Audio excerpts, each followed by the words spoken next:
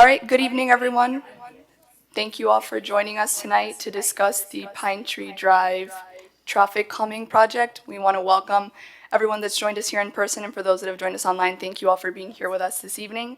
Want to thank our city staff members that have joined us for tonight's discussion. We have from our City Capital Improvement Projects Department, our Director David Gomez here. We have Senior Project Manager Brian Needleson on the other side, and Project Manager Herman Fung as well. Thank you guys for being here with us. From our Transportation and Mobility Department, we have Senior Transportation Engineer Gassan, who's in the room with us. O'Neill Rodriguez, who's the Assistant Director, just joined us as well. From our county side, we have from the Department of Transportation and Public Works, the Assistant Director of Project Delivery, Miguel Soria, who's here on my right, and the Chief of Highway Division as well, Leonardo Oña, also on my right. Online, we have our Plans Review and Design Manager, Alejandro Salueda, who's joined us virtually. They will all be here to assist us with tonight's discussions. I want to welcome some of our elected officials that have joined us here in person. We have Commissioner Suarez. Thank you for being here with us this evening, as well as Commissioner Magazine. Connected online, we have our Vice Mayor, Tanya Bat, as well as her aide, Sarah Murillo. We have Commissioner Fernandez's aide, Cara Petrella, as well as David Suarez, who I mentioned earlier, is in the room with us. So without further introductions, I'm going to turn it over now to Herman to guide us through the presentation. We ask that you hold your questions and comments until the end. We will have opportunity for public comment and feedback, so please stay tuned for that. Herman? Can I just ask one other elected official? I know Sure. County Commissioner Mickey Steinberg wanted to be here. I think there was some miscommunication across lines about when and where this was physically happening. So I know this is front and center on her radar. Appreciate it. Thank you for those comments. I'll turn it over now to Herman to walk us through the presentation. All right. Good evening, everybody. I think we've met most of you all before, but I see a few new faces. So we're just going to provide a quick history of the project before we get started. So a joint participation agreement, JPA, was executed with the county and the city back in April of 2021 for a correction of the traffic flow and safety conditions along Pine Tree and 46th Street. The initial design was for a dual-lane, single roundabout project that received the initial support by the residents, but during the development of the project, we were asked to modify the design. So a revised conceptual design was later presented to the community, but there was significant opposition for the roundabout design. We were heard at the November 2024 Finance and Economic Resilience Committee, the FERC meeting, to discuss the next steps and funding for the project. And the board had asked us to coordinate a meeting with you all and the county and return to the committee in February. So just to go back.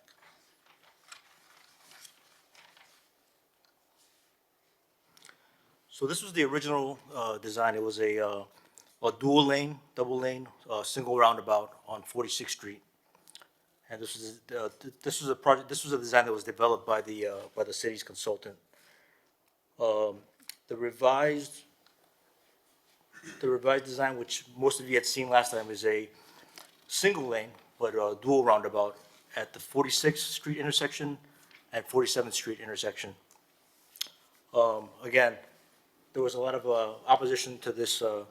To these designs.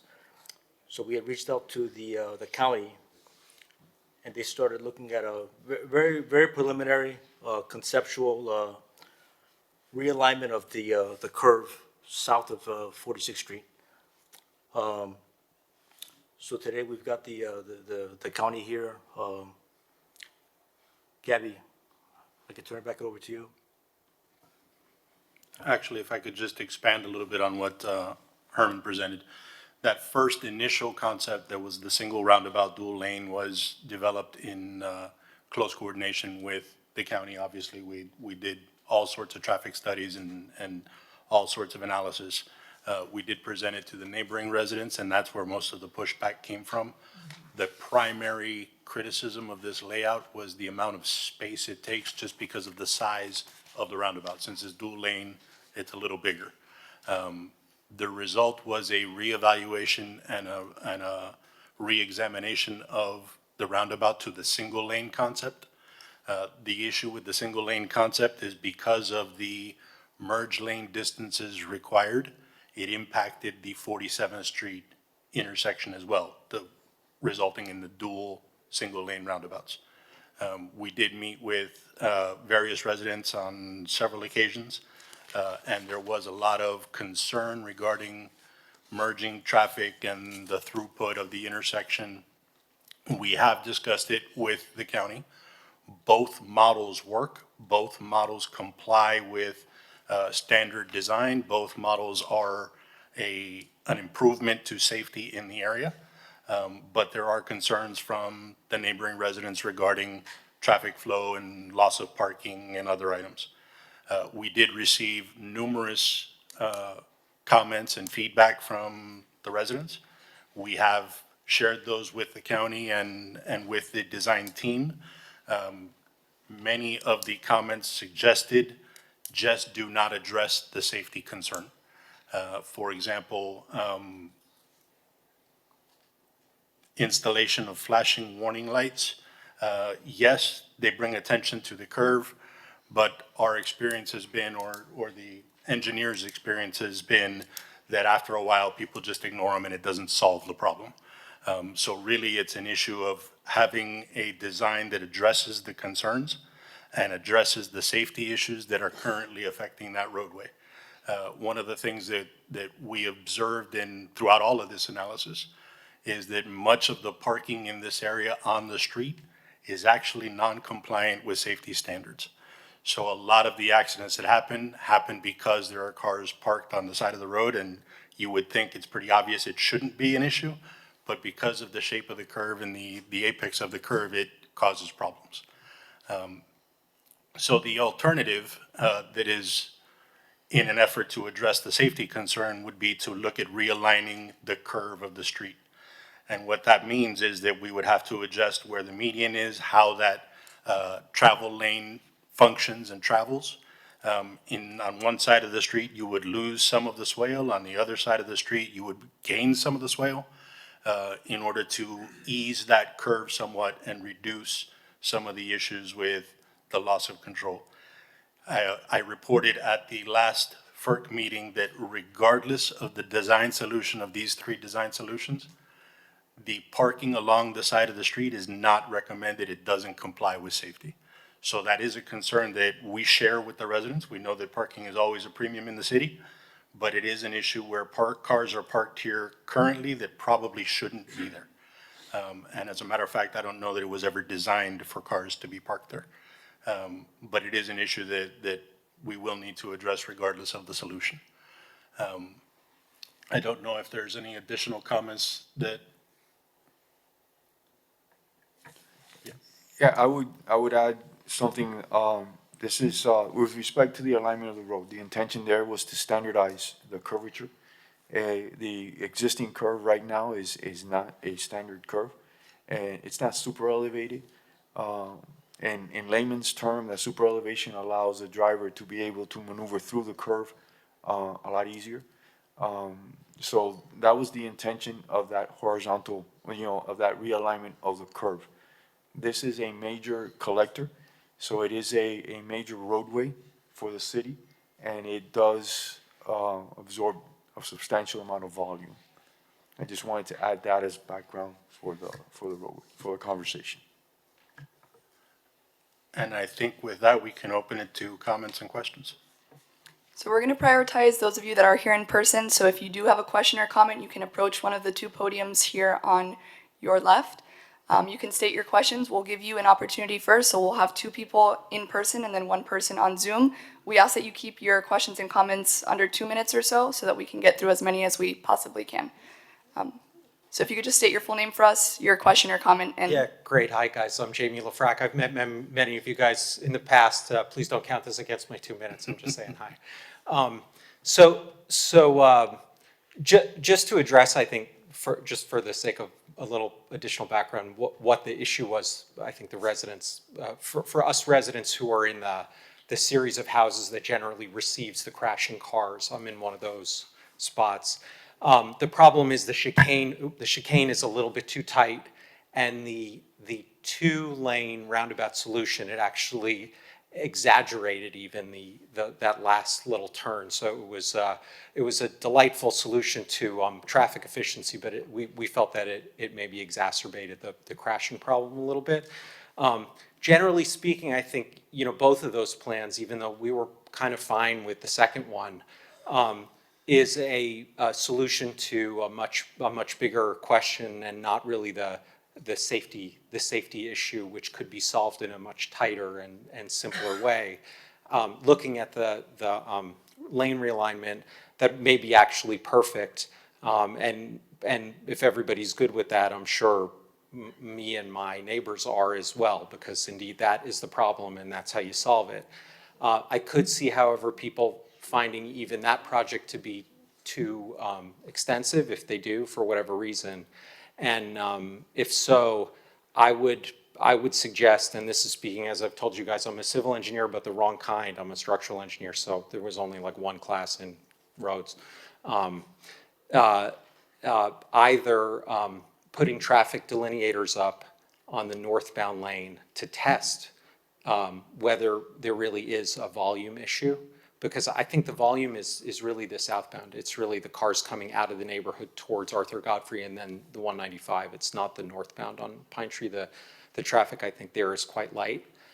So maybe we could try a cheap and easy lane narrowing, you know, low cost, just put some plastic delineators in, or maybe some, you know, water-filled jersey barriers or some cones or whatever, and then kind of run a test on it. You know, we've heard that it's impossible to put anything like a speed bump, but a speed bump is usually the easiest solution. And I know that while there were issues with bump noise further down Pine Tree with some of the residents when that was tried with rumble strips, here you have the benefit of the park as an area in front of which you could put something that's got a bump on it that would slow people down at exactly the right moment and annoy nobody. So those are my two best, let's call it amateur engineering ideas. But we look forward to working with you guys on anything. We certainly do need to resolve the safety issue. There's one other safety issue, which is the potential for a U-turn between 46th Street and 45th Street. Right now, and if you pull up the thing, I could point to it, but right now that U-turn coming from south to north, yeah, so you see it there where the break is. Right now, that's a completely blind U-turn, and people do take it. You know, if you look at the way the road is, you're blocked by the row of pine trees completely in your view, but people do it anyway because it's available. We'd like it if that U-turn could be closed off, at least in the south to north direction. I don't think anyone actually uses that except for the few people that get into car accidents there. Am I making sense, guys? If not, I'll draw it. But yeah, so those are our humble requests, and you know, like as always, if you need our help looking at stuff, we're here. Thank you very much for your comments. If there's no other speaker in person,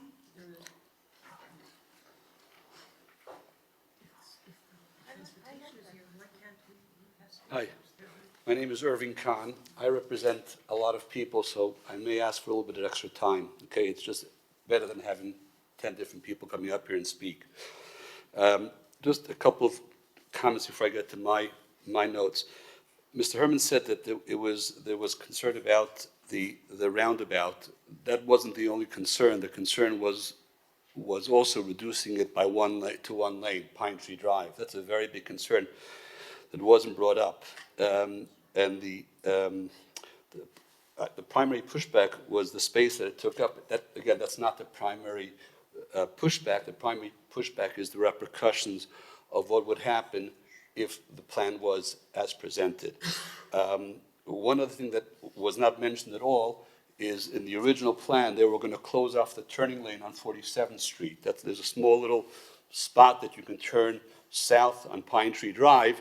It sounds very minor, but it's a major, in my opinion, major problem because the traffic gets backed up all the way up to the bridge, and I've seen that. So it really should be addressed. Pardon my ignorance, the new plan that was sent out, I do not understand why it wasn't sent to us before this meeting so we could study it. It's very hard in 2 seconds to look at a plan and figure if you're for or against it. It looks good. The only thing that I don't understand, and pardon my ignorance, is the problem that we're having with south of 46th Street is that it's like a runway. And so I don't understand 100% how that new plan will address the problem of people speeding as if they were on a runway. But again, that's something that has to be studied. And honestly, that should have been sent to us beforehand so we could talk intelligently. One of the issues is the parking, which I understand is illegal, but something has to be done because even with 2 lanes, when you have people having parties, which twice a month the east side is constantly having dozens of trucks and service vehicles, and even with 2 lanes, it stops it. So imagine if it was 1 lane. So all these things really should be taken into consideration because they really do have an effect. I'd like to read for the record what I said last time that I was here. I don't think everybody was here, and it just covers all the concerns that the neighborhood brought to my attention. First of all, increased danger. What the plan aims to address speeding, particularly from intoxicated drivers driving northbound at night and on weekends, removing traffic lights and narrowing the road will likely heighten these risks instead of reducing them. By Miami Beach's own admission, 80% of these problems happen after midnight from drunk drivers coming from South Beach. Removing the red lights and making the road narrower will create more danger, more accidents, and God forbid, more fatalities. If drivers are too impaired to respect and observe a red light, how much more so will they ignore circle signs and dangerous curves? We believe the existing red lights are much better impediments to the danger. Furthermore, getting a few citations will make them even more cautious. In the beginning, the police can be present, giving out citations whose income to the city will offset the cost of hiring the extra officers. After that, the city can install the machine that tracks speedsters and issue citations. Instead of costing Miami Beach money, the citation will generate funds for Miami Beach. Accident risks. Introducing roundabouts likely to lead to more chaos and accidents, especially with impaired drivers. I said that right, I'm sorry. Effect on other streets. This is not just a problem for Pine Tree Drive. In fact, when we presented this congestion concern to Miami Beach representatives, their response was motorists will reroute themselves to other parallel streets, Sheridan, Royal Palm, Prairie, and Chase, and the numbered streets. Now just imagine the safety repercussions to these irresponsible speedsters speeding up and down these side streets. The danger to our children, seniors, bike riders, and those with slower reflexes walking or crossing our streets. The congestion this would cause on all these peaceful side streets. Miami Beach refers to this project as traffic calming, when in fact, we believe it will do the exact opposite. It will result in a chokehold in all directions converging on this one block and further exacerbate the major traffic issues we see and live through. Most important, life safety, hurricane evacuation risks.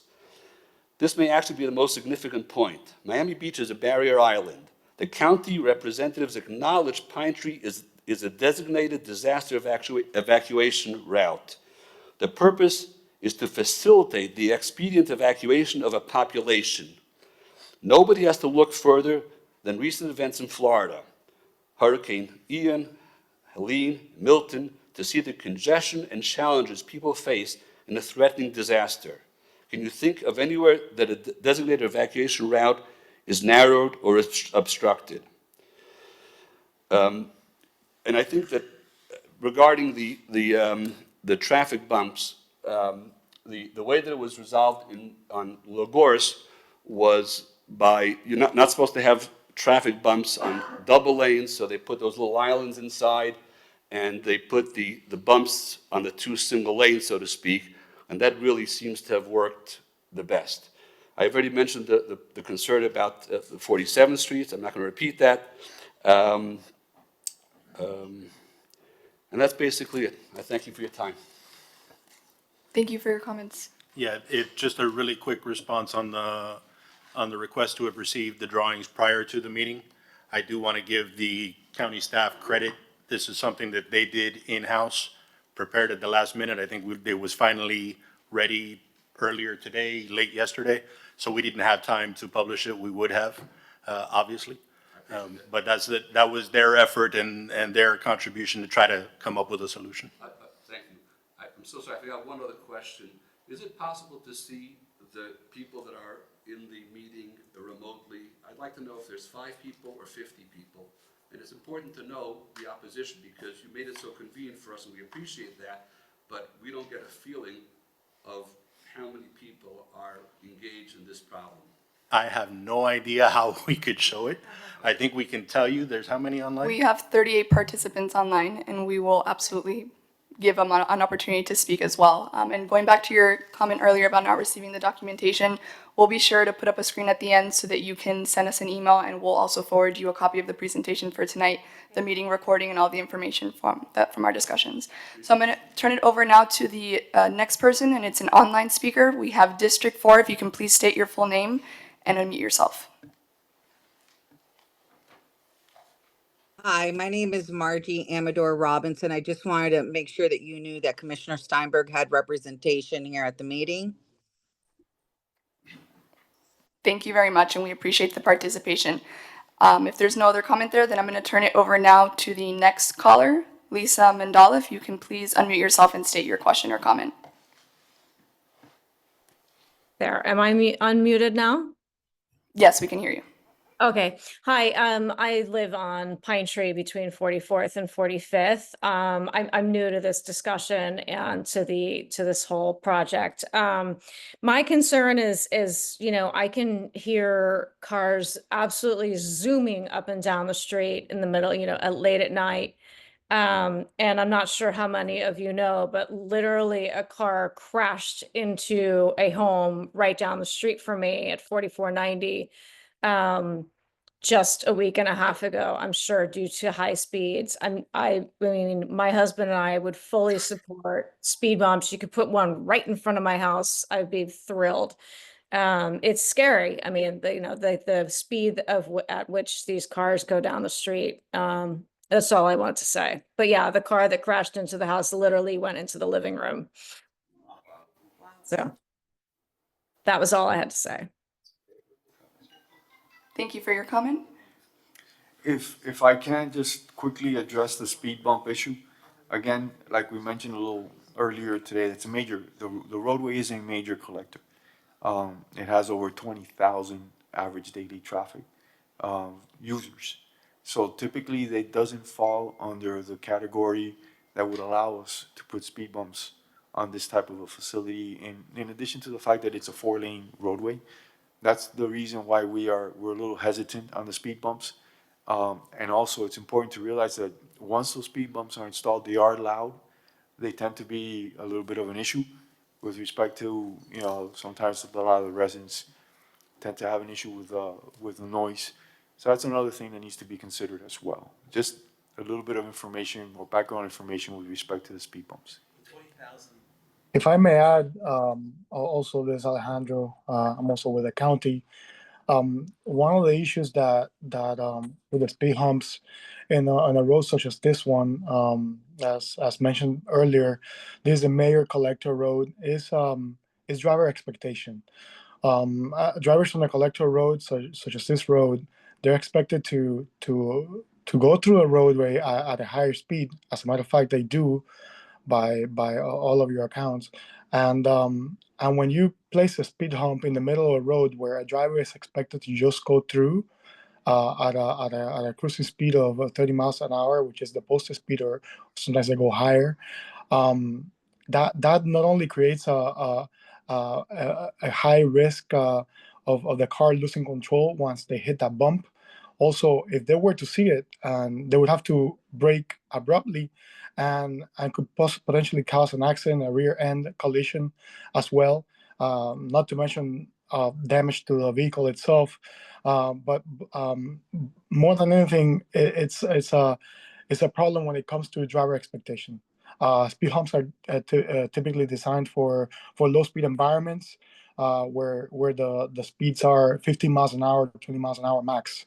And that's not the case on this road. So it's not just there's a reason behind speed bumps not being allowed um, on these types of streets, and that's really it. It's more of a safety concern than anything else. Other than, of course, the environmental concern with the noise and all of that, as Mike explained. Also, by the way, this road, like Mike said, it has a lot of traffic. So the moment you place a speed hump in there, you're actually slowing down traffic to a stop almost, right? So imagine what that would do to the flow of traffic in such a road. But more than anything, it's truly a safety concern. That's all I have to say. Thank you. Thank you, Alejandro. I think we have one person in the room that wants to speak on this item. So if you can please just state your full name and your question or comment. My name is Shalini Demrick. I live on Meridian Avenue. Just two questions. The first question was, you mentioned there are 20,000 cars during the course of a 24-hour period. Are most of those cars, have you analyzed if they're going south, north, what time of day?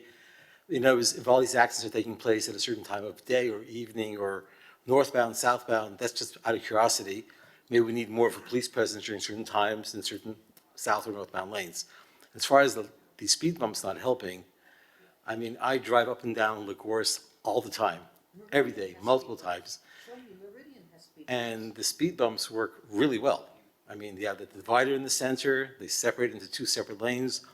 Cars are flowing, no one's stopping, same street, same speeds, guys are not slowing down, and it seems to be working. I don't know what the ratio of accidents are on Lagos versus Pine Tree, but Lagos speed bumps work really, really nicely. Thank you. Thank you. I'll ask the engineers, especially for the county, do you view speed tables in the same regard as you would a speed bump? Because they're more elongated. If we go with concrete, you wouldn't have the sound concerns that you would have. It's more elongated, so wouldn't have that concern about people coming to a sudden stop or actually losing control, because my understanding is they're flatter, they're longer, so they're not going to be as disruptive, but they're naturally going to cause people to slow down. That's exactly the goal that we're trying to achieve. As you heard, people here have people driving into their homes on their streets because there's too high volume of speed. So the goal of what we're trying to achieve is actually slowing that volume, and we're trying to do it through urban planning. So from my very layman's point of view, a speed table removes the concern that you would have of hitting a speed bump at a very high rate of speed, and it's naturally going to slow that flow of traffic, which I get that it's a high volume road, but it's actually what we're trying to achieve. So whether it be through some sort of speed table or actually narrowing of the lanes, what we're looking to achieve, yes, it's high volume, but we need to actually slow some of the speed, whether it be at night or just during the day. You know, this is a residential street, a high volume residential street, but people have their families playing right out front. So thank you. Thank you. I'm going to turn it over to Vice Mayor Botto, who's online. It's real quick. Apologize. I'm sorry. What you have out there right now are speed tables. On Lagos, etc., they are speed tables. Speed humps, those are what you use in parking lots, but that's not what's on the road. You cannot use it on the road. So what you actually do have out there are speed tables. Why can't we use it on the road? It's on the rest of Pine Tree. No, there's speed tables on the course. Yeah. But what we're saying is, why can you put speed tables along Pine Tree? Exactly. And you could also have flashing lights saying that there's a speed bump. For the same reason that was explained by Mr. Sauleda, multiple issues, loss of control, you got somebody speeding and they hit one of those speed humps, you could have more crashes into homes, which is the last thing that you do. You only use them, and this is not. I have the same issue though on Lagos. We have these. And Upper Pine Tree, we have them already. I'm sorry, guys. I don't mean to interrupt you, but the people that are online can't hear you. But thank you. So I'm going to ask you to, if you have something to contribute, to please step up. I mean, I don't want to, sorry. I don't want to belate the subject, but the idea is if they seem to be working on a parallel street. Sorry, extension, right, sorry. Why won't it work in where we want to do it right now? I mean, the tables, It's on Pine Tree. Different name. yeah. Well, they're on Pine Tree and LaGorge. Right, they're on both, actually, they're on both. They're on Pine Tree. There's 11, I think there's 11 speed bumps between 47th and 63rd. Make that sign. Right, this time, right? 10 coming up, 11 coming up. And they seem to be working. Guys are traveling, no one's stopping, no one's rear-ending anybody up there. I don't know what the issue is. People are losing control. And no one's losing control either. I don't want to tag team, but I think the issue is that there's a perception of Pine Tree south of the bridge, right? So south of 50th Street being a major collector road. But I think also there's a nuance to that, which is that the southbound lane is a collector road. In other words, everybody that comes down and out uses the southbound lane to go out. Of course, the southbound lane is also the lane that doesn't suffer the same number of accidents. It's really the northbound lane, although I guess we just heard about one going to Right. someone's living room. But probably the data would show that the vast majority of the accidents are in the northbound lane prior to the chicane that occurs around 45th Street. So it may be that there is, again, I'm not the right kind of engineer for this, but it may be that there's a way to distinguish between the south and the northbound lanes in terms of solving the problem. And have studies been If, done? if I may just, 'cause I'm not 100% familiar with the area, so please bear with me. If I'm not mistaken, LaGorge is a two-lane roadway. No, it's LaGorge is southbound, or southbound? One way. And Pine Tree, yeah, and then it splits up right Pine there. Tree splits off and the gorse comes back. They're both two lanes, same direction. Right. Right, Allow me to it's, explain. it's a one-way. We are talking about the same exact street with a different name. The same cars that start off on 67th. Excuse me, if I could clarify, Mike. So Pine Tree Drive, after 51st Street, it splits up into northbound and southbound pairs. North of 51st Street, there is where you have the 9 speed tables at every intersection all the way up to 63rd Street. South of 54th Street, Pine Tree continues as the roadway. LaGorge becomes Pine Tree in the southbound direction all the way to 44th Street. So that, hopefully that gives you, the section with the speed tables is north of 51st Street where you have the two-way pairs. The- And my understanding is that the roadway classification north of Pine Tree Drive and LaGorge north of 51st is different than south of 51st Street, which we're confirming now. Please allow me to clarify. Clearly, coming down from the 67th all the way down to 21st, it's always 2 lanes going south, 2 lanes going north. Most of the cars, again, follow all the way down. There's no difference in the road whatsoever, except appearances, lipstick, that's all it is, okay? The same way it works well north of whatever it is, 48th, it would work exactly the same way south of 40. There's no reason to say it would be any difference. And the fact is, we have less accidents up there than we have here. So obviously it's working, the complaints aren't the same. It's the same exact road, it's 2 lanes. Excuse me, my name is Toby Khan, I live in Pine Tree Drive, that's my husband. My question, I would like to understand, have any studies been done regarding North Pine Tree Drive and LaGorce from the time that the speed bumps were introduced? I remember when there were no speed bumps, and I remember when they added those little islands and added the speed bumps. It seems like that solved the problem, and I don't know if any studies have been done on the number of crashes or incidents in the area that we're discussing versus what happened on North Pine Tree and LaGorce before the speed bumps were introduced and after they were introduced. It's been quite some time now that they've had them, and as everybody's been mentioning, it slowed down traffic. It necessitated people slowing down, even though they reduced the speed limit prior to that. The speed bumps did the job. And there was a lot of noise when those islands and speed bumps went in because people weren't expecting it and weren't used to it. But everybody got used to it, and it works, and it slowed things down. So that's why all of us that live in this area are wondering, what's the problem? We've got this beautiful Pine Tree Drive. We don't want to ruin it. We love the trees. Everything looks beautiful. I agree with what Jamie said about closing that U-turn. I think that U-turn is unnecessary, and if it does cause problems, I don't know that it does. I think it probably would. I don't see the point. I do like the final drawing. I thought that was nice, that it mitigated the curve. It allowed us to maintain 2 lanes, both north and southbound. So those are all good things. Looks like this is going in the right direction. And it seems like the community really likes the idea of speed bumps, certainly as a beginning method to see if we could solve the problem that way. Thank you for listening. Sorry for taking so much time. Thank you very much, Commissioner Suarez. Thank you. You know, I've been tracking this issue for, like, just when I was campaigning, and there's a resident actually on 47th Street, and she, believe it or not, always sends me pictures and videos of when there's an accident, and I think it's important that we show it. I sent it to the control room, so if you could show some of these pictures that that she sent me and I just sent now, and I want everyone to see, you know, what's going on and the people who are online. You know, when I see things like this, like cars rolled over in Miami Beach, you could just, you know, skip through the next one. That's concerning because, you know, I think about, like what Magazine said, people are walking their dogs, they're walking their children. And when I see more than one, if you could play the videos too, when I see more than one accident or more than 2 on a certain cross street, that's a concern to me. And so I just want everyone to understand that, you know, as elected officials, we're going to rely on professionals, right? Because we're not professionals.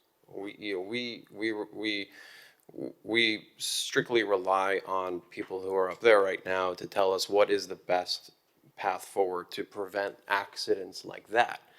And so while there should certainly better ideas or that we may think that work, ultimately, you know, when it comes down to it, if there's data and there's statistics and there's true professional engineers, you know, we have to rely on that advice, because if there is an accident and someone does get killed, I certainly can't live with myself like that.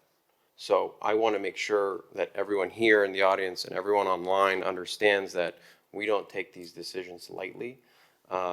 We take the professional opinions, because when it comes to safety, and especially traffic safety, which is I'm very passionate about, it's important to us. So you know, this is the first step in something like where we're going to have to approve it. This is the first public meeting, and you know, I want everyone to know that we're going to be studying this, and we hope that you guys put your best foot forward in making sure that this is the right approach for both safety and the neighborhood. Thanks. Thank you, Commissioner. I'm going to turn it over now to Vice Mayor Bott. Thank you for patiently waiting there. If you could please unmute yourself and state your question or comment. May I say something? Or you want to finish? They have someone online talking. Sorry.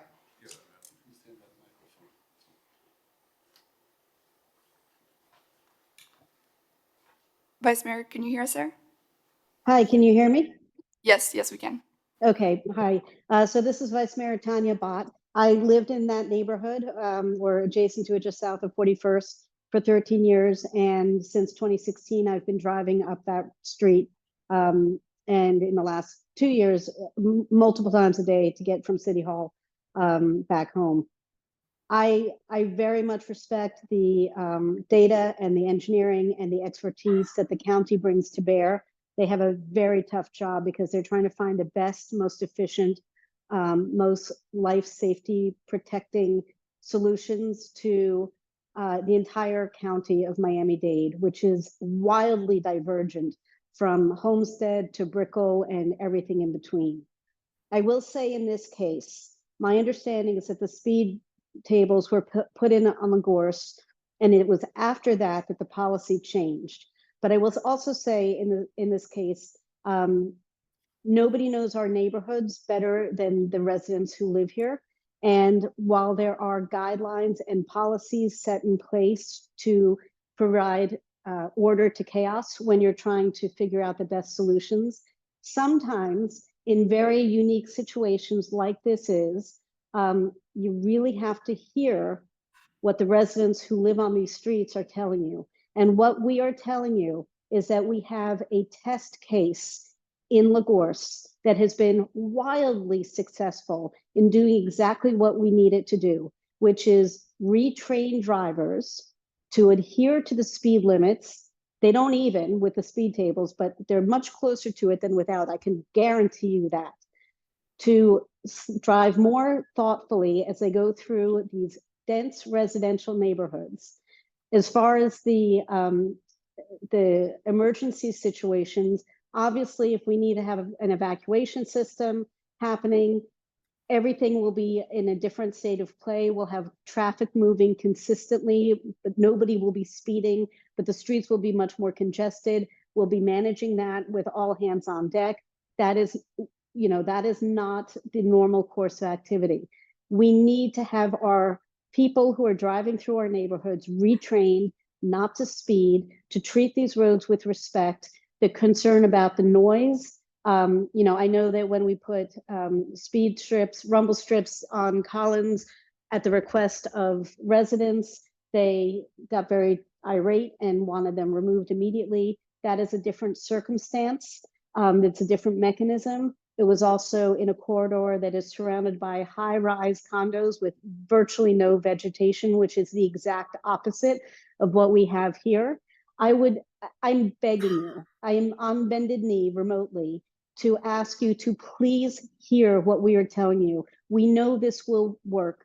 We know it will solve the problems. People are generally supposed to be using Alton Road to go south off of the island, right? This is not designed to be a transit road for people traversing. It's supposed to be a residential, for people who are living and working here to go back and forth. But it's fine, anybody can use it, but they need to use it respectfully. So we know something the next block over works well and has worked perfectly since it was installed. Let us install this here and be done with it.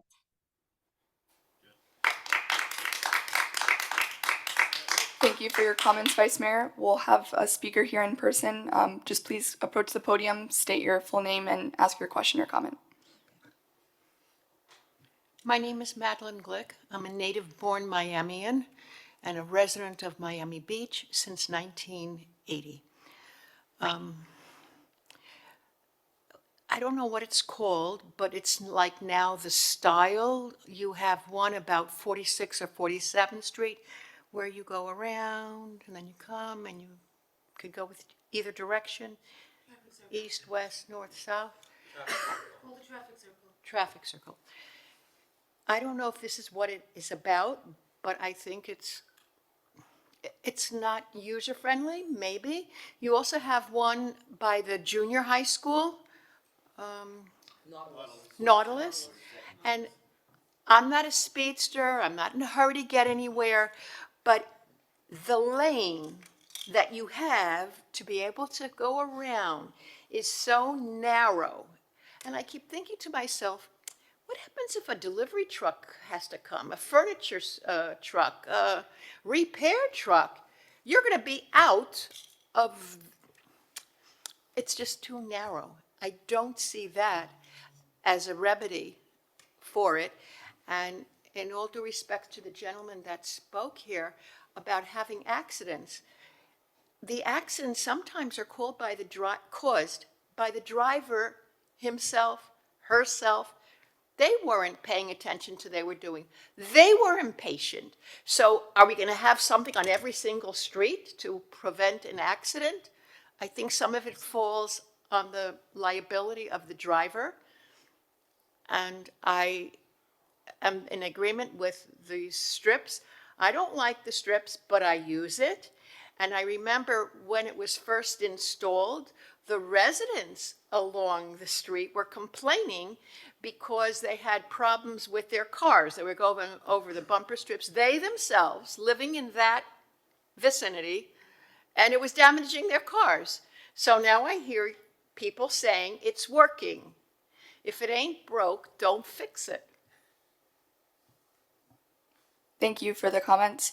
I'm going to turn it now over to the next caller that's online. We have Jeff Burkow. If you can please state your question or comment.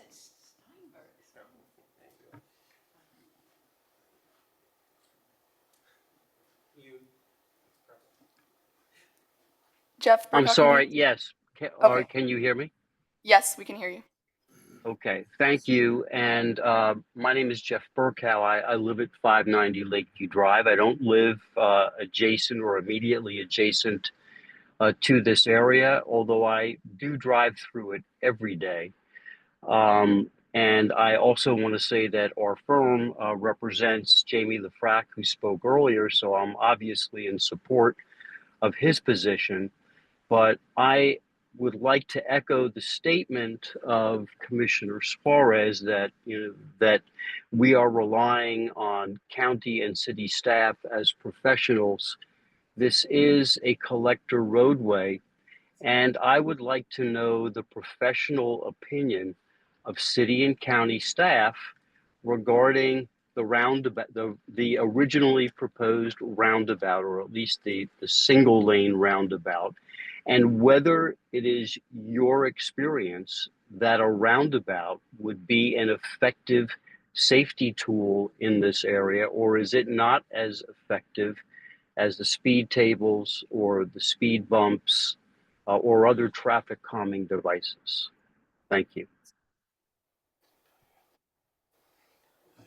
So just to repeat, the question was whether or not the traffic circles are considered the best option as far as traffic calming versus speed table or speed bumps. Again, I'll reiterate the fact that the speed table poses an issue with respect to the conditions of that we have spoke to earlier about Pine Tree Drive. Over 20,000 vehicles. In Lagos, we were just checking, there's about 3,000 on the southbound and about 6,000 on the northbound. With respect to ADTs, the volume does drop significantly there. It's one of the reasons why the speed bumps or those speed tables were installed there. With respect to an opinion, I can tell you that the roundabouts that have been installed in other parts of the county have worked very efficiently. They from many studies that have been conducted throughout the country, the roundabouts tend to be more safer than signalized intersections. They allow volumes or maneuvering traffic to go through, and it improves the operational perspective of an intersection.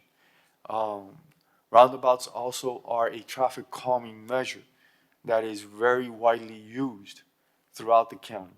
We've installed them in many areas with high volumes, and they tend to slow traffic. They will slow traffic down. That's the experience that we have had with respect to the roundabouts. Thank you very much. I'm going to turn it over to the next caller, Gary R. If you can please state your full name and unmute yourself to ask your question or comment. Gary? Thank you for taking my call, allowing me to speak. My name is Gary Rodenbach, and a few things that have come up. The first thing is, sorry. Gary, do you by any chance have another microphone? Yeah, sorry. A few things that have come up that were mentioned, and I just want to go backwards from, I'm not trying to harp on things, but I've been living here for over 20 years. And I don't recall ever in April of 2021 getting any type of design discussed or that residents overwhelmingly.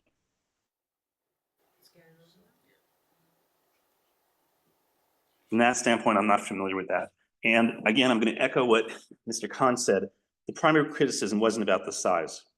And the other part of this, which is also concerning to me, is that you can go to the most extreme way to try to solve a problem, and that can be with these roundabouts or these turnabouts.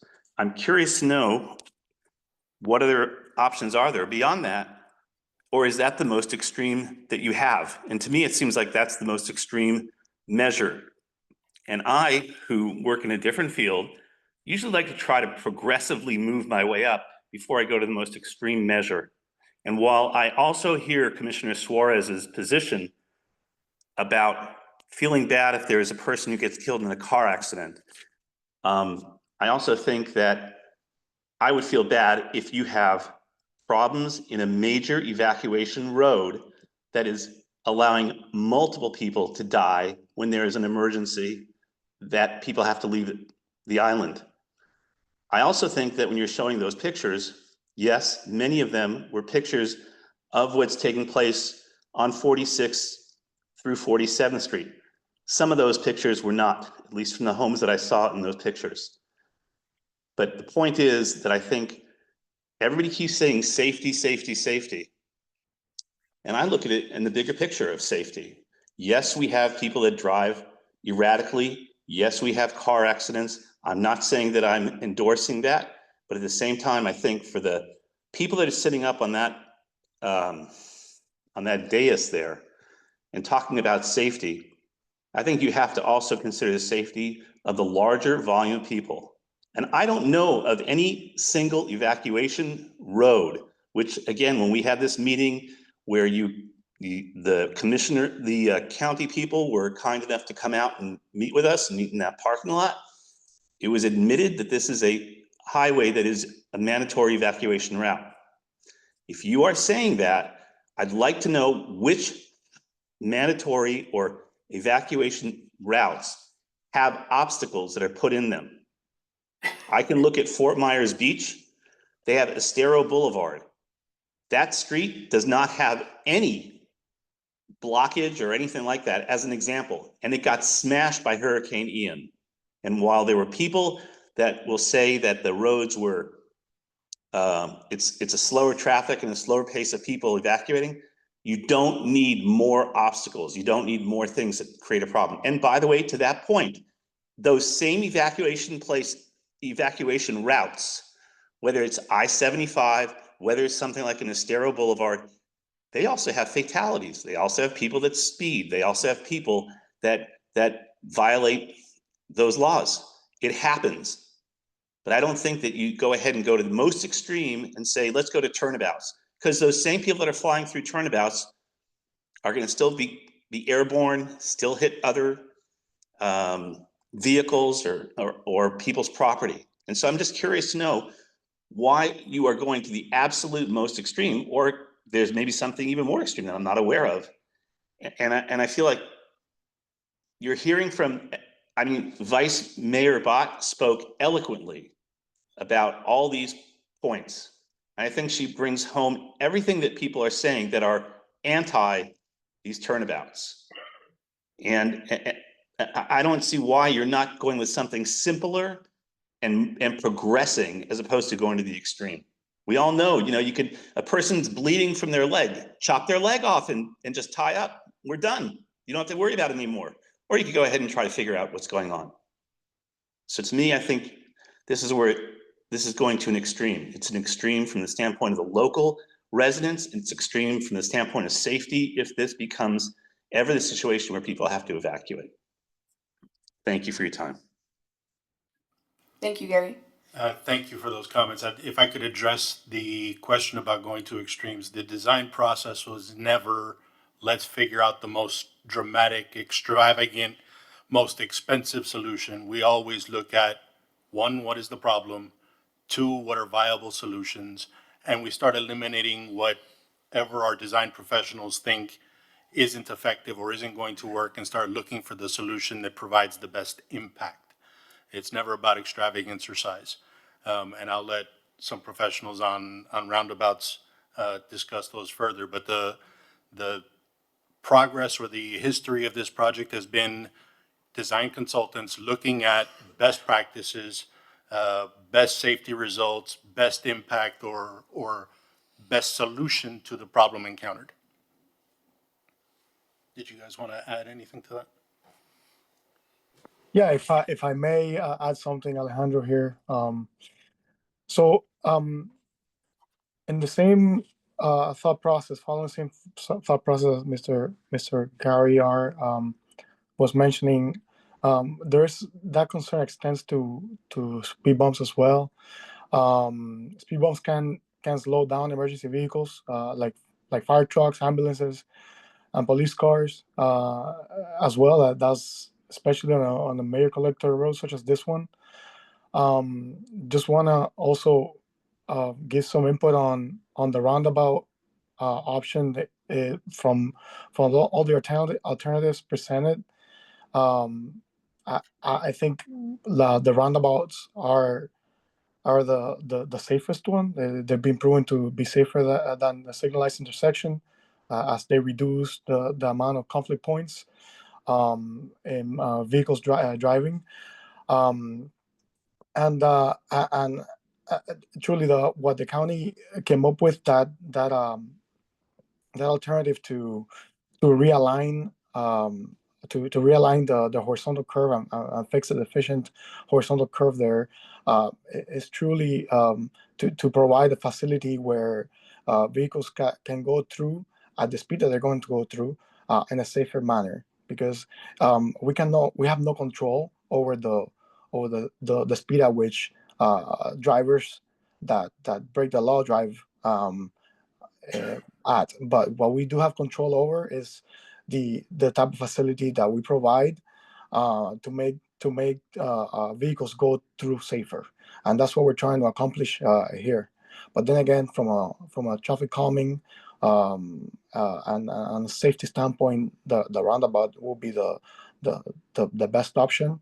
It is the most expensive, possibly the most disruptive to the community, in the sense of it takes longer to build it. It's a larger footprint, and that's why we presented that alternative that could also fix the issue. But definitely, speed humps are a concern, a safety concern, and it does slow vehicles down, especially the first responder vehicles as well. So that's all. Thank you, Alejandro. We have about 4 more callers online that wish to speak, but I'm going to turn it back over to Mr. Khan so that he can state his remarks. Just real quickly, we do value what experts say, and we trust them, but this is a situation with experts versus what we see in the exact parallel situation. We see with our own eyes that it worked, the bumps worked north of 47th Street. Second of all, addressing what you said about the numbers, that there are much less numbers in north of 47th, perhaps the reason why we have lower numbers there is because people are avoiding those bumps and going on Alton Road, which is what we want them to do anyway. So that's exactly what we're trying to accomplish, to bring down the numbers of people using Pine Tree Drive. Thank you. Thank you, Mr. Khan. We're going to turn it over to our next caller online, Michael Bernstein. If you can please unmute yourself and state your question or comment. Michael? Hi, Michael Bernstein. I actually have a very unique perspective because I've actually lived on 55th and Lagorce from 1992 to 96. I then lived on North Bay Road, 45th Street. I was also the HOA president of the Middle North Bay Road Association. I moved to 47th Street, just east of Alton Road, in 2012, where I've been the HOA president since then. So going back to Lagorce Drive, I was living there when there were no traffic calming measures. And yes, there were accidents all the time. And I would agree that the rubberized speed tables that were installed along with the chicanes, or whatever you want to call them, have helped dramatically. And yes, I agree with everybody that has said north of 51st Street, it seems to be working perfectly fine. Okay, so to add to this, as the HOA president in Nautilus neighborhood for the last 12 years, we spent 3 years going through a traffic calming process. And to address what the woman said not too long ago about those roundabouts, the roundabouts and the speed tables that were installed in Nautilus have worked phenomenally well. The traffic has slowed. And by the way, those curbs around the roundabouts, they're called mountable curbs, so that those big trucks, they don't have to try to squeeze through the narrow street. They can go over those curbs. That's what they're built to do. So I don't know if the traffic circles or the roundabouts, whatever you want to call them, will work in the circumstances at 46th and 47th Street on Pine Tree Drive. But I will say that the speed tables have worked phenomenally well. I have one right in front of my house. Yes, that creates a little bit of noise at times, but guess what? I'm willing to trade that little bit of noise for the safety and the lack of cars going 50 miles an hour down 47th Street where my kids used to play in front of. So I would say that going back to the county, I would say that the speed tables are a definite solution to look at in a much more, I guess, myopic way or closer way. I don't know about the roundabouts. I believe the roundabouts in Nautilus work phenomenally well as well. They took out four-way stop signs, which are a danger in themselves. And I know that people don't like change. I've heard people complain about the traffic calming in Nautilus, but those of us that live in Nautilus, those of us that live on 47th Street, love it. And I'll throw something else out to the county.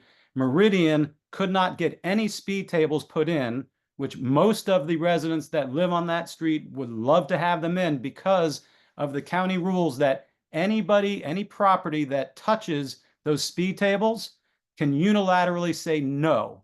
This is a safety issue. This is not a aesthetic issue. It's a safety issue. Those speed tables need to be put on Meridian ASAP, and I know we're working and pushing towards that, and I hope that's done as well. So that's all I got to say because I have a very unique perspective, and I believe that the speed tables are the answer to slow that traffic down on Pine Tree south of 47th Street to 41st Street.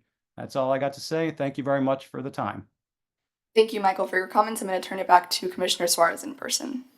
So, Joe, I mean, is there a possibility to test speed tables before we, I mean, because it is going to be a significant cost, and I understand it's the cost for a couple of speed tables is, I think, $15,000 per.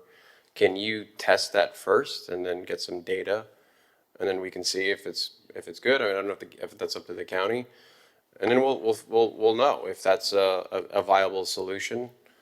And then, you know, there's a lot of questions as to why is Pine Tree, which is just parallel to Lagorce, different, and I haven't heard that answer, or maybe I did, maybe I missed it. But so that's two things. Can we test speed tables before we do a roundabout? Because yeah, once we put the roundabout, it's there forever, and we spent the money. And why is Pine Tree different than Lagorce? The difference, the biggest difference between Pine Tree and Lagorce is, well, obviously it's the volumes. It's the what? The volumes of traffic on Lagorce, right? I think on Lagorce we were looking at the numbers, and there I think it's 3,000 on the southbound and I think 6,000 on the northbound. But the previous caller said that the speed bumps is what's diverting people to Alton Road. Maybe you could speak to that. It's changing the behavior to go to another direction, which is on Alton Road, where there are no speed tables, obviously. Yeah, we can check it, but these are FDOT tables that we feed off of, and most of these numbers go back a number of years, and you'll see that the numbers remain fairly constant. We'll have to go back and see. We'll check with the FDOT. But what we're checking right now is 3,000, 6,000. South of 47th Street, the numbers on Pine Tree go up to 20,000. Between 47th and 51, they're 8,200. So there is a distribution that is occurring naturally. Major collectors are not something that we give a name to. Major collectors, the Florida, the FHWA, which is the feds, they come in and evaluate, and they look at the roads. They look at the volumes that are actually occurring. It's not that you name it and they shall come. People will use it nonetheless. So we have to look at everything. Getting back to the roundabout, I know that the city hired a consultant, Kimberly Horn, and they evaluated what should be done.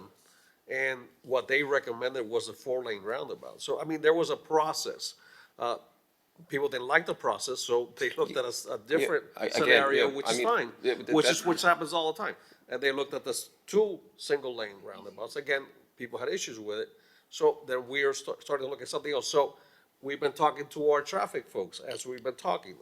North of 51st, both on Lagorce and on Pine Tree, there are chicanes. The chicanes, and the roads are configured differently. You have 2 lanes going north, 2 lanes going south. They're separated, okay?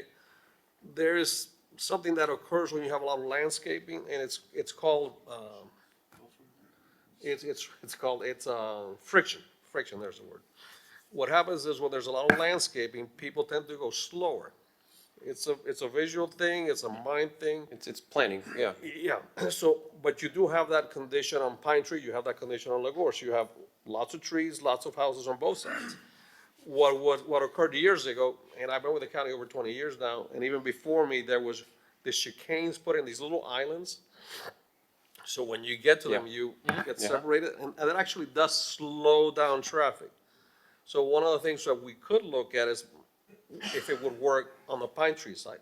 So, but it's not, and we hear you. I mean, it's not, you're not the only guys who, I have traffic down my street, I complain too. Yeah. So, you know, we're trying to tell you what can be done, what could be done, things that we know should not be done. I'm telling you, the speed table is something that should not be. And I hear you. You're the county, right? Yeah, with the county. Yeah. So you're telling me and us Yeah. that, but is it gonna have a negative effect or is it gonna be a neutral effect What's the question? with speed tables? It would have a negative effect. It would have a negative. I mean, there are just so many. And one thing, and again, respectfully, because I'm not the expert here, but I find it far-fetched to say we're dealing with half the amount of volume on Lagos as we are with Pine Tree Drive. Material, yes, but it's not as if those 9,000 people that are traversing on Lagos, it's not as if we have a bunch of rear endings. It's not as if we have a bunch of people that are flipping over on Lagos. So I'm hard-pressed to think just because there's a higher volume of people that will be driving along Pine Tree than there are Lagos, that we're going to somehow magically encounter all those problems that are somehow absent from a street that is parallel one block over. Additionally, kind of putting in another dynamic into play here is a lot of has been brought up about the cost and funding. And the county has been fabulous partners, absolutely fabulous partners. And Commissioner Steinberg has been a tremendous advocate for us and got in us a pretty nice chunk of change from the county standpoint. However, as chair of the Finance Committee, this project, we're still going to be in need of several $million. I want to say somewhere between $3 and $5 million for the city's portion of the roundabout. And that's something we do not have in our budget right now, right? So we would be looking to have this roundabout several years down the road, excuse the pun, several years down the road. So not only are we saying we'd be moving forward with a solution that seems less than ideal to our residents, but we would actually go without any type of mitigation for several years. So what we're kind of looking to do is thread that needle, have a solution that is not only more viable for the neighbors, but also, again, excuse the puns here, they're really not intended, but fast tracks having a traffic mitigation solution. Because if we're going to go with the roundabout, it would be against the residents' wishes and also would come without the funding in place for the city. We're not committing one way or the other. Yeah. To roundabouts or not. We're obviously trying to measure Right. the comments, the concerns with what we're hearing. Yeah. Like Mr. Oña said, we would like to look at other options. We're definitely committing that we're gonna work with the city We staff. appreciate that, we truly do. Okay, Yep. and I think we're gonna have some more conversations with regards to Pine Tree Drive. Yep. And we'll definitely try to find other solutions.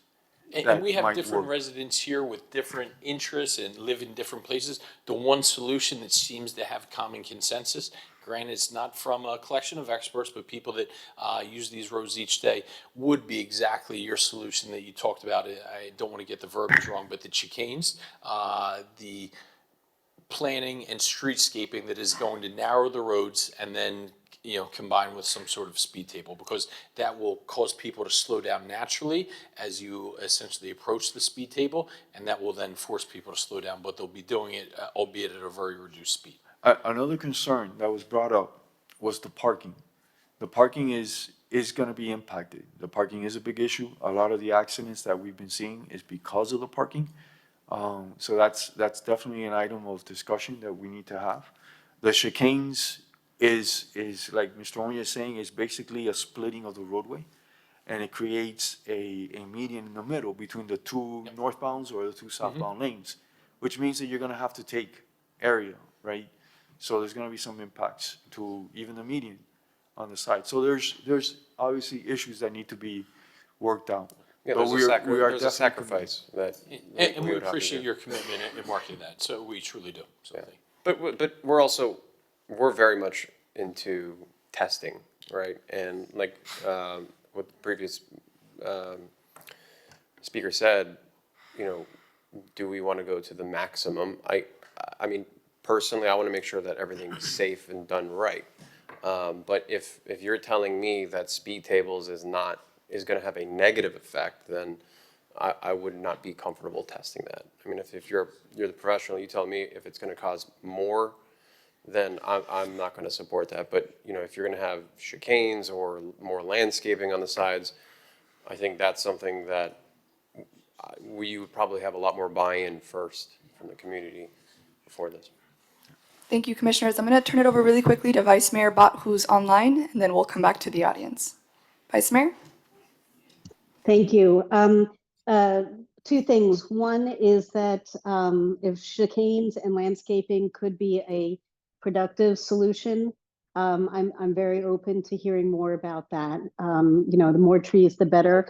Parking, you know, we have swales for that. We have driveways, and we can figure that out. The comment about speed tables being damaging, I find really hard to understand, given that we have, like I said, and others have said, a test case one block over where they are not damaging. And I would really like to dig into the numbers that you guys were provided, I guess, by FDOT, the discrepancy between the number of trips on Lagorce versus Pine Tree.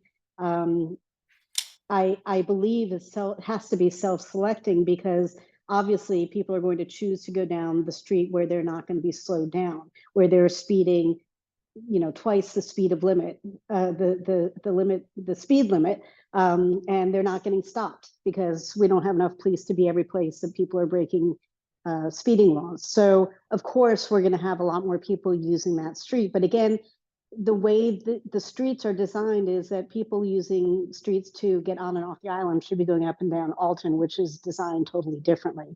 So and we don't have to have this conversation now, but I would like to have a further conversation with you offline or at another time when you have more information about when and where and how that data was collected.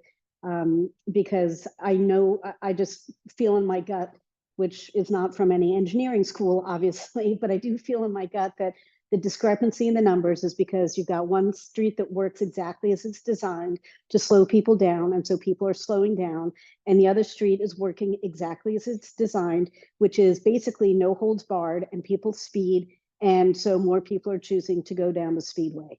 So as we come back to our next round of conversations, I would like to have further discussions on those points. Thank you, Vice Mayor. We'll turn it back to those that are in person that wish to state any final comments or questions, and then we have about 3 more people online. Okay, one comment that someone brought up was in case of hurricane, we need to get out quickly, and the roundabout would not be at all beneficial. I remember when I was working in Miami-Dade, there was someone who lived in Key West, and she would say that, I don't remember the words, Cartside Road or whatever, if you have to get out, it's a very long wait. Now, I lived on Alton Road for 40 years. There was my neighbor down the block who went to Beach High, and he was involved in the Miami Beach system. And one of the things that all the when people wanted to run for office, they wanted to know what do the people want, and we didn't like the overflooding. So we had a lot of things going that they changed the pipes, et cetera, but it still does it. So the excuse is we have not yet done Alton Road. Alton Road is a state road. It had to be with the I don't know if it was the FDOT or something, and he would go to the meetings. He even, it used to be in the the golf thing, and then he was going to wherever they were holding the meetings, and nothing was ever decided. Supposedly, they were going to start to redo Alton Road, change the pipes, and it never happened. One of the things they needed to do is they wanted to elevate Alton Road, meaning the roadway, so that we would be down. And one of the things that I understand is when they did that near where the funeral home was, or when you want to go to Publix by the Bay, yes, they raised the streets, so now the stores are lower and they get flooded, and insurance doesn't protect them because they're considered submerged. But the one thing that I do want to bring out now is if it's a safety issue and we have to get out in a hurry, and this would hinder those that live in that area, or even if it would hinder progress, and that won't be progress, not being able to get out, that wouldn't be good. Now, again, on Alton Road, at one point, as soon as you get over the bridge going south, you used to be able to make a right turn onto North Bay Row. And I remember one of our mayors would say, you can't please everyone all the time. The residents in North Bay Road didn't want the traffic, so they put, I don't know what the word is, a bulbous or something. You cannot make a right turn.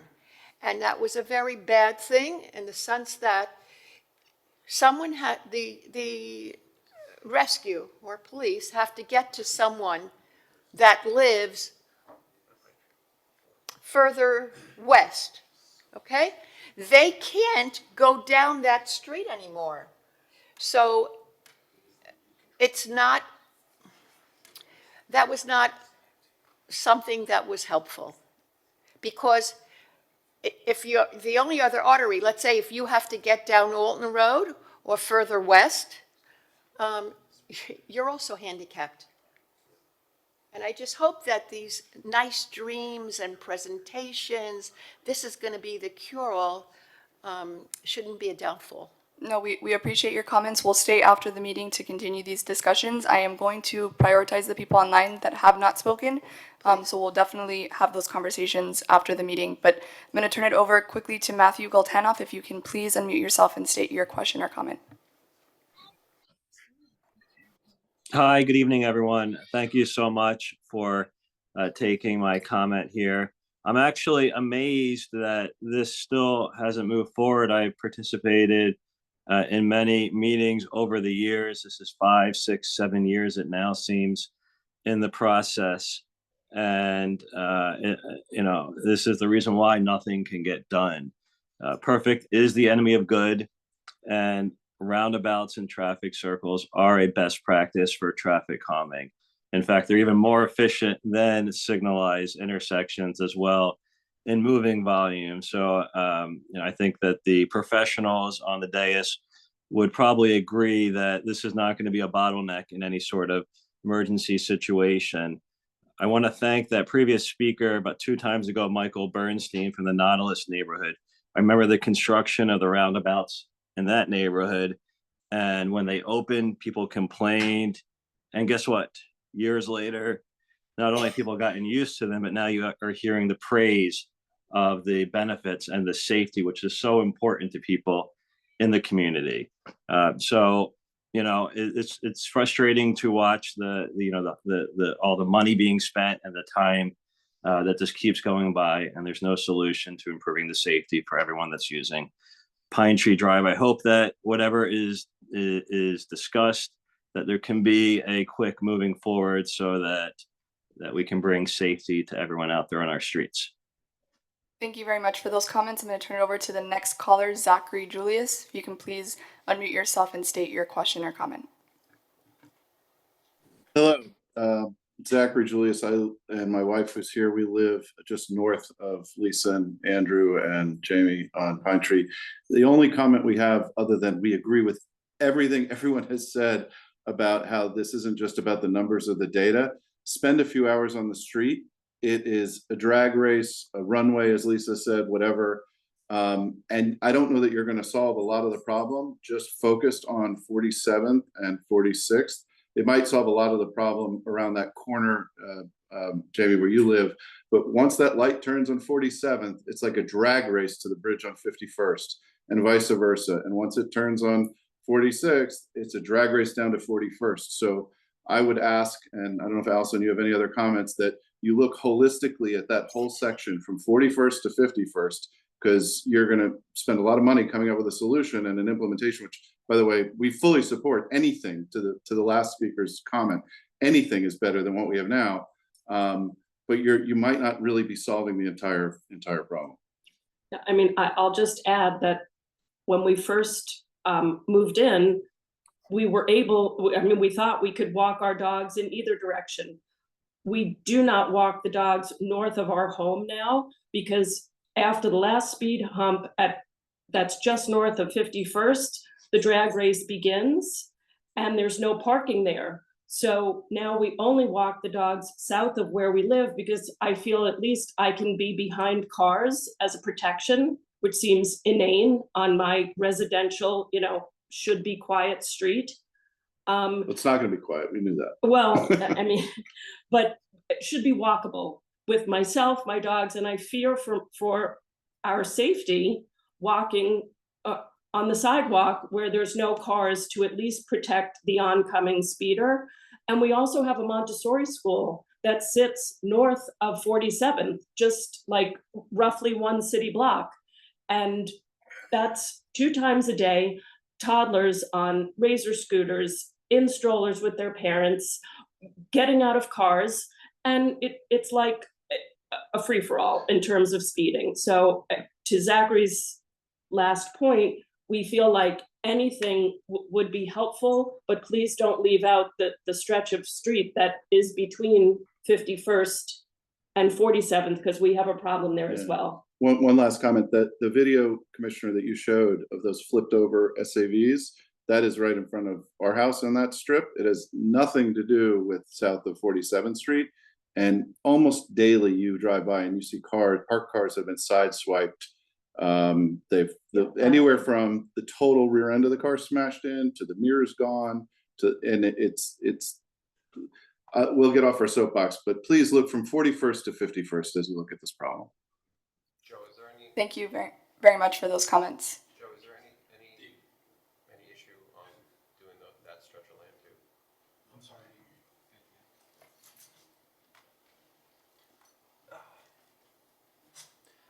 The caller that was just speaking, he made a good point between 51st and 47th. Because the roundabouts that I saw was just on 46th and 47th. Is there any sort of problem solving that's going to happen between 51st and 47th that you guys take into account? I think to the point that we were discussing earlier, where we have to look holistically. If you look at the dual roundabout solution, at least visually, that roundabout at 47th helps with the traffic area between 47th and 51st. I think one of the things we have to keep in mind when we're comparing Lagorce and Pine Tree north of 51st to this section is that we don't have houses on both sides of the traffic lane, right? We've got a median in the middle. So it's not going to work quite the same way. At least it definitely won't look the same. But I'm open to any solution. It's a matter of what works with the county. It is their asset, and they're going to have to be able to make the case one way or the other as to what we can do. Okay. Thank you. I'm going to turn it over to our second to last caller. The name on the screen is iPhone. If you can please unmute yourself and state your question or comment and your full name. Yes, thank you. My name is Vivian Blanc, and I live on 45th, close to 45th Street and Pine Tree on the west side of the street. And that's an area, I've lived here since 1980. And in the 80s, we've had so many accidents here that's very close to the curve, whether you're northbound or southbound between 45th and 46th Street. So there have been many accidents on both sides of Pine Tree that is separated by the pines at this point on the street. So number one, I don't understand how, whether we go with it or not, traffic circle can can help the speeders that are coming northbound on Pine Tree, say past the park, the Pine Tree Park, headed north. So suddenly they encounter a curve, and that's where you have all the surprise curve. Suddenly you have all these accidents, and the same going on southbound on Pine Tree, where we've had a lot of accidents and cars end up on my driveway. My next door neighbor was on the corner of 45th Street and Pine Tree. On her driveway, we've had broken walls by cars, and we've had dead people on the lawns. We've seen a lot here. So we're talking about speed bumps and traffic circles, but what about warning lights, serious warning lights, such as I've written a letter a few times and taken pictures. For example, there's a warning light on Indian Creek where it merges with 23rd Street and Collins, Collins, about 24th Street or 25th Street. Indian Creek merges back southbound with Collins Avenue. There's overhead is a very bad curve. And there's a overhead light, flashing light. So what about better signs and flashing lights that call people's attentions, or, red and white lights? I've seen a lot of places, different types of warning signals about an impending curve, or in addition to speed bumps, but I don't see how a traffic circle on 46th Street can help speeders if you don't put the speed bumps. But how can a traffic circle on 46th Street help speeders coming northbound on Pine Tree? From 41st Street towards going north and passing through 45th and 46th Street, headed north, and suddenly they encounter that curve where all the accidents happen, and as well on my side when the drivers are going southbound, and suddenly they meet that curve where the trees begin. So I think that's been a very big problem for years. In the 80s, I was writing letters to the city, but they all said, well, it's a county road, the city cannot do anything.